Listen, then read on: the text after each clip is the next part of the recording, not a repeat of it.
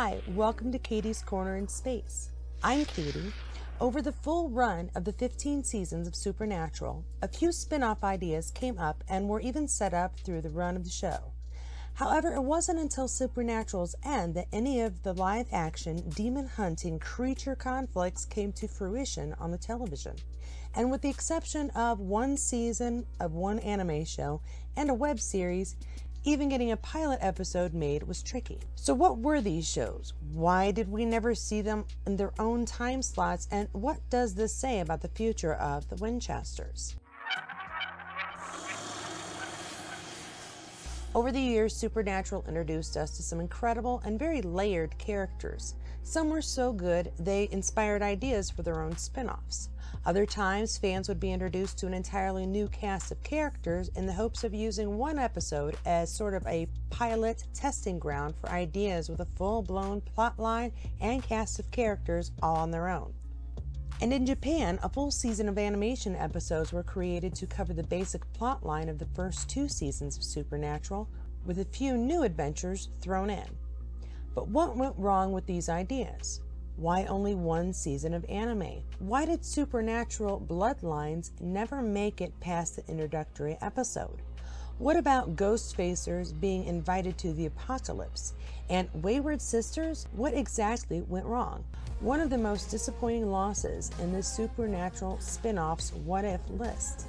In this installment, as we prepare for the Winchesters, I'd like to take a look at these other spin-offs and why they failed or never reached the popularity of the original, starting with Bloodline and ending with one idea Kripke had, which would have taken hunting to another century.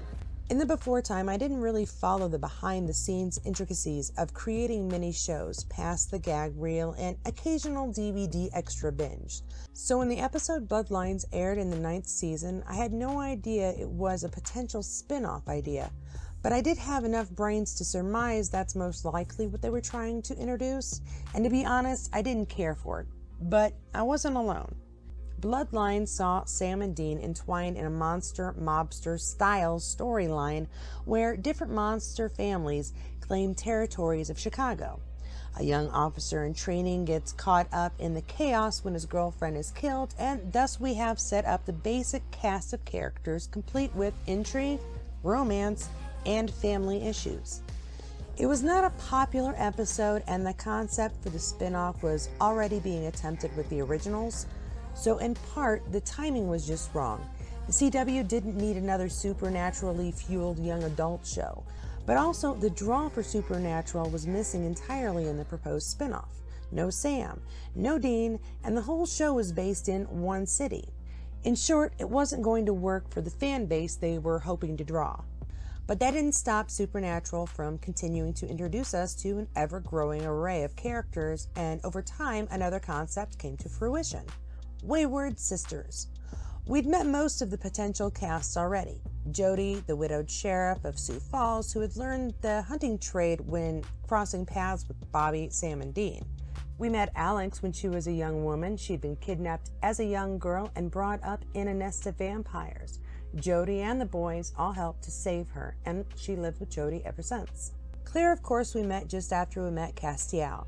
His vessel, Jimmy Novak, was Claire's dad, and so she'd pop up from time to time in trouble, but finally moved in with Jody. Donna, the reluctant hunter at first, turned vampire expert, joined the group, and finally we met Missouri's granddaughter who possessed the gift of sight, and the dreamwalker Kaya. It really was perfectly set up, but after 2 years of trying to get Wayward Sisters picked up, the idea was shelved. This time because the network, again the CW, didn't think the show itself was where they wanted it to be creatively. And honestly, out of all the ideas rolling around Kripke's head, this one had a real shot. The fans were not just expecting it, but were looking forward to it.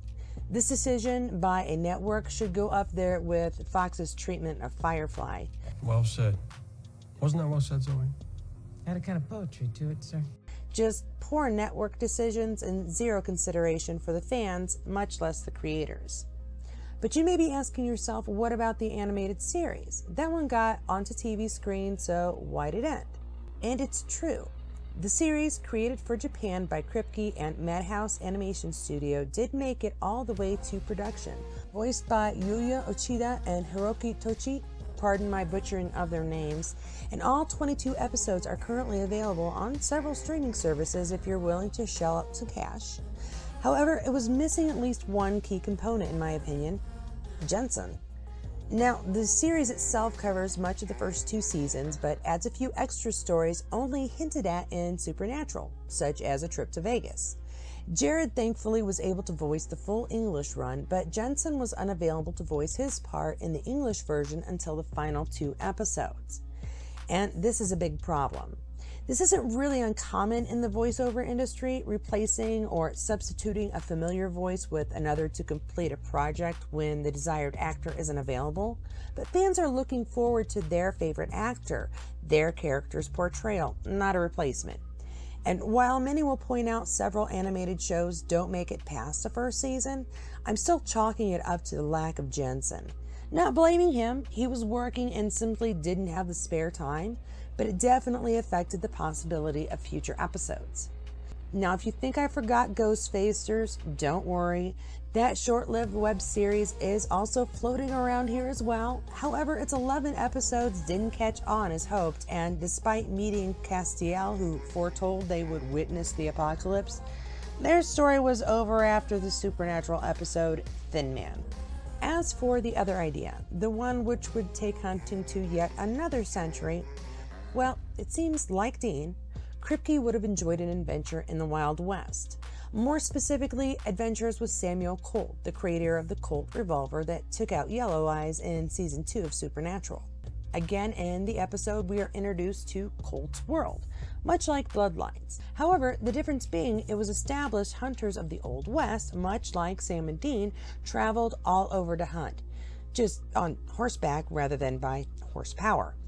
This really could have been a good idea. The love of the Old West comes in waves though, so timing would most likely have been a factor, much like Bloodlines. For instance, would we have gotten Walker on the CW if Supernatural, The Adventures of Samuel Colt, were on screen? I'm still smarting over the loss of Wayward Sisters, but I have to agree Bloodlines would have been bad timing. However, as Charmed and Buffy were both over, there was a nice vacuum for another girl power Supernatural show, and the CW missed out. What does this say for the future of the Winchesters?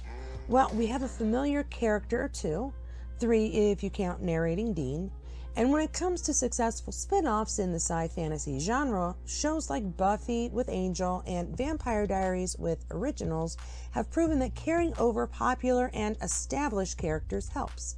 Fans already have something invested in them, so expanding on their story rather than starting from scratch draws on the connection with known characters rather than attempting to create a connection from scratch.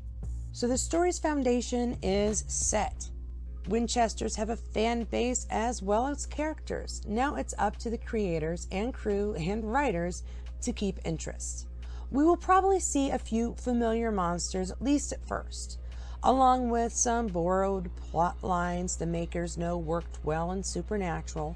But then we should see a bit of creativity as we are taken out of the Supernatural box and begin to build this unique universe the Winchesters will encompass. I'm hoping for at least 5 seasons. In my mind, they have right up until the Night of the Fire, so we could be looking at a decade worth of adventures. That is if we're lucky. Thanks so much for watching today. Take a moment to like and subscribe if you enjoyed this video.